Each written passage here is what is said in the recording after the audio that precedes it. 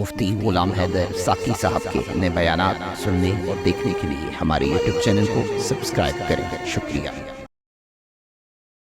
قد جاءکم من اللہ نور و کتاب مبین۔ اللہ پاک قرآن مجید میں ارشاد فرماتا ہے تحقیق تمہارے پاس آیا نور اور کتاب مبین۔ اللہ پاک قرآن مجید کے اندر نبی آخر الزمان صلی اللہ علیہ وآلہ وسلم کے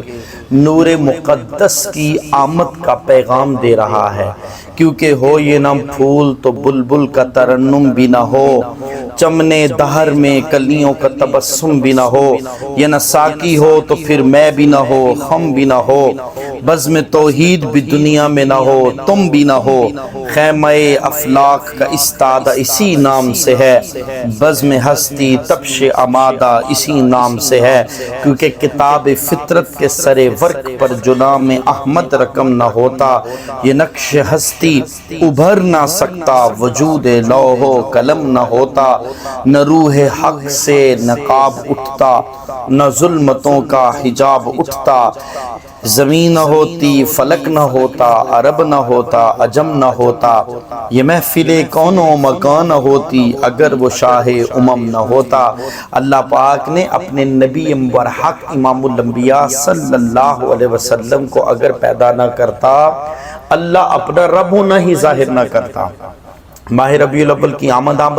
محبوب کی یادوں کا پیغام لے کر آئی ہے، حضور کی ولادت کا تذکرہ، حضور کی محبتوں کے تذکرے، حضور نبی پاک صلی اللہ علیہ وسلم کے خصائل، شمائل اور فضائل و معجزات کا ذکر خیر ہے۔ اور یاد رکھیے گا، میں ایک حدیث پاک میں پڑھ رہا تھا، حضرت عبداللہ بن عمر رضی اللہ تعالیٰ عنہ کی حدیث پاک ہے،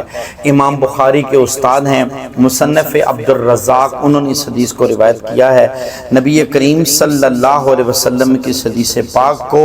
امام عبد الرزاق نے امام معمر سے، انہوں نے امام زہری سے، انہوں نے امام سالم سے، اور انہوں نے اپنے والد حضرت عبداللہ ابن عمر رضی اللہ تعالیٰ عنہ سے حدیث روایت کی ہے، رأیت النبی صلی اللہ علیہ وسلم کان نورا کل بل نورا من نور اللہ۔ نبی کریم صلی اللہ علیہ وسلم نور ہیں اور اللہ کے نور میں سے نور ہیں۔ اور امام شافعی نے حدیث کو روایت کیا، فرماتے ہیں آدم ابھی روح اور جسم کے درمیان تھا، نبی کریم صلی اللہ علیہ وسلم فرماتے ہیں اس وقت بھی اللہ کا نبی تھا۔ اور ایک بڑی خوبصورت حدیث آپ روایت فرماتے ہیں، سألت رسول اللہ صلی اللہ علیہ وسلم ان اول شیء خلقہ اللہ هو نور نبیک یا جابر ثم خلق فیہ کل خیر وخلق بعدہ کل شیء۔ سوال کیا بارگاہ مصطفیٰ میں، یا رسول اللہ سب سے پہلے اللہ نے کس چیز کو پیدا فرمایا؟ جابر رضی اللہ تعالیٰ عنہ نے سوال کیا، آقا دو جہاں صلی اللہ علیہ وسلم نے فرمایا وہ تیرے نبی کا نور ہے۔ اے جابر، پھر اس نور سے ہر خیر کو پیدا کیا، پھر اس تخلیق کے بعد اللہ پاک نے کائنات ارض و سما کی ہر شے کو پیدا کیا۔ تو نوجوانوں اور بزرگوں، دوستو، اللہ کا کتنا احسان ہے، حدیث پاک سے پتہ چلا کائنات میں سب سے پہلے اللہ نے اپنی ذات کے بعد مصطفیٰ کے نور کی تخلیق فرمائی، اور نور کی تخلیق کرنے کے بعد اللہ نے اس نور کو مقام قرب میں خالق کے کائنات نے اپنے سامنے رکھا اور 12,000 سال تک قیام کروایا۔ اس قیام کے بعد اللہ نے اس نور کی تقسیم کر کے 4 حصوں میں تقسیم کیا، ایک سے عرش کو، ایک سے کرسی کو، ایک سے عرش اٹھانے والے فرشتوں کو، اور چوتھے کو پھر اللہ نے حصے کو قیام کروا دیا۔ اللہ نے اس چوتھے حصے کو، نور کے حصے کو مقام حب میں قیام رکھا، 12,000 سال تک یہ قیام کرتا رہا، 12,000 سال تک قیام کروایا۔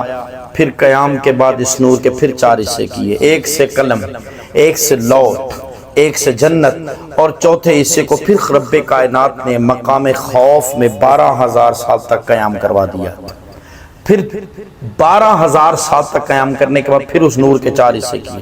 ایک سے فرشتے، ایک سے سورج، ایک سے چاند اور ستارے پیدا کیے، چوتھے حصے کے پھر تقسیم کرنے کے لیے 12,000 سال تک مقام رجا اور امید میں رکھا۔ پھر اس نور کے 4 حصے کریے، رب کائنات نے ایک سے عقل، ایک سے علم و حکمت، اور تیسرے سے عصمت و توفیق، اور چوتھے حصے کو پھر رب کائنات نے مقام حیا میں رکھا 12,000 سال تک۔ مقام حیا میں قیام کروانے کے بعد خصوصی نگاہ محبت سے رب کائنات نے اس نور کی طرف دیکھا، اس نور محمد کو پسینہ آیا، اس نور محمدی کے پسینے سے 1,24,000 قطرے ٹپکے۔ نور کے پسینے کے قطرے جو ٹپکے ہیں، اللہ پاک نے انہیں ضائع نہیں کیا، بلکہ ہر قطرے سے اللہ پاک نے 1,24,000 کم و پیش انبیاء اور رسول کی ارواح کو پیدا فرمایا۔ پھر نبیوں اور رسولوں کی روحوں کی تخلیق کے بعد اللہ پاک نے انہیں وجود اور جسم کی نہیں بلکہ ان ارواح کو اللہ پاک نے سانس کی توفیق عطا فرمائی۔ پہلی مرتبہ سانس لیا تو ولیوں کی ارواح کو، دوسری مرتبہ شہداء کی ارواح کو، تیسری مرتبہ سعادت مند لوگوں کی ارواح کو خدا نے پیدا فرمایا، اور چوتھی مرتبہ سانس لیا تو بندگی کرنے والے عبادت گزاروں کو۔ عزیزان گرامی قدر، عرش ہو، کرسی ہو، لوح ہو، قلم ہو، عرش کے فرشتے ہوں، روحانی فرشتے ہوں، ملائک ہوں، جنت کی نعمتیں ہوں، سورج اور چاند ہو، عقل ہو، توفیق ہو، رسل انبیاء کی ارواحیں ہوں، شہیدوں کی، سعادت مندوں کی، صالحین کی، اللہ نے سب کچھ محمد کے نور سے تخلیق فرمایا، اور پھر 12,000 حجابات تخلیق فرمائے۔ مقصد کیا تھا کہ اللہ نے میرے نور کو ہر حجاب کے اندر 1,000 سال تک رکھا، اور حجابات میں رکھنے کے بعد محمد کے نور کو مقام عبودیت کے مراحل طے کروائے، پھر سکینہ، صبر اور صدق عطا فرمایا۔ ان تمام حجابات میں اس نور کی بندگی اور عبودیت کی شانیں عطا فرمائی،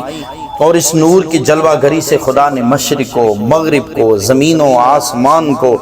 آدم علیہ السلام کی مٹی کو بھی اللہ نے اسی نور محمد سے تخلیق فرمایا، اور اتنا خوبصورت اللہ پاک نے اس نور کی تخلیق فرمائی، کیونکہ اللہ پاک نے اس نور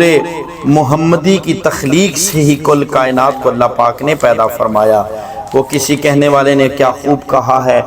وہ صبح ربی کی سحر کا اجالا، وہ جس کو بہاروں نے صدیوں میں پالا، جسے حق نے خود آپ سانچے میں ڈالا، وہ جس نے اندھیروں سے ہم کو نکالا، وہ برکت کا پرتو وہ رحمت کا جالا، وہ آدم تا عیسیٰ سبھی کا حوالہ، فلک چاند سورج ستارے گواہ ہیں، زمین کے حسین سب نظارے گواہ ہیں، وہ آیا ہے جس نے جہاں کو سنبھالا، حسن کی نزاکت امنگوں کی مالا، وہ ہر نوری بشری سے بہتر و بالا، جو سمجھے تو کوئی اسے ہوش والا، وہ ہر معجزے میں نبیوں سے اعلیٰ، وہ تکوین احسن میں سب سے نرالا، وہ آدم نے اپنی نگاہوں میں دیکھا، وہ تخلیق قدرت کی باہوں میں دیکھا، وہ عزت میں اول، وہ عظمت میں اول، وہ شوکت میں اول، وہ رفعت میں اول، وہ عفت میں اول، وہ عصمت میں اول، وہ قدرت میں اول، ترابت میں اول، لطافت میں اول، اجابت میں اول، امامت میں اول، شرافت میں اول، وہ آدم سے پہلے، وہ یوسف سے پہلے، وہ یوشع سے پہلے، وہ صالح سے پہلے، وہ یحییٰ سے پہلے، وہ موسیٰ سے پہلے، وہ عیسیٰ سے پہلے، وہ آباد کرنے جہاں آ گیا ہے، سبھی کی خوشی کا سما آ گیا ہے، وہ کسریٰ کے کنگ کے گرے جا رہے ہیں، یہودی بھی دیکھو مرے جا رہے ہیں، مسیحی بھی ماتم کیے جا رہے ہیں، وہ توحید رب کی سنانے ہے آیا، وہ امت کو سینے لگانے ہے آیا، وہ مقصود کون و مکان آ گیا ہے، وہ سارے کا سارا قرآن آ گیا ہے۔ اللہ پاک ہمیں قرآن سے سچی محبت اور صاحب قرآن سے بھی سچی محبت اور اس نور کی تخلیق کو سمجھنے کی توفیق عطا فرمائے۔ وآخر دعوانا الحمدللہ رب العالمین۔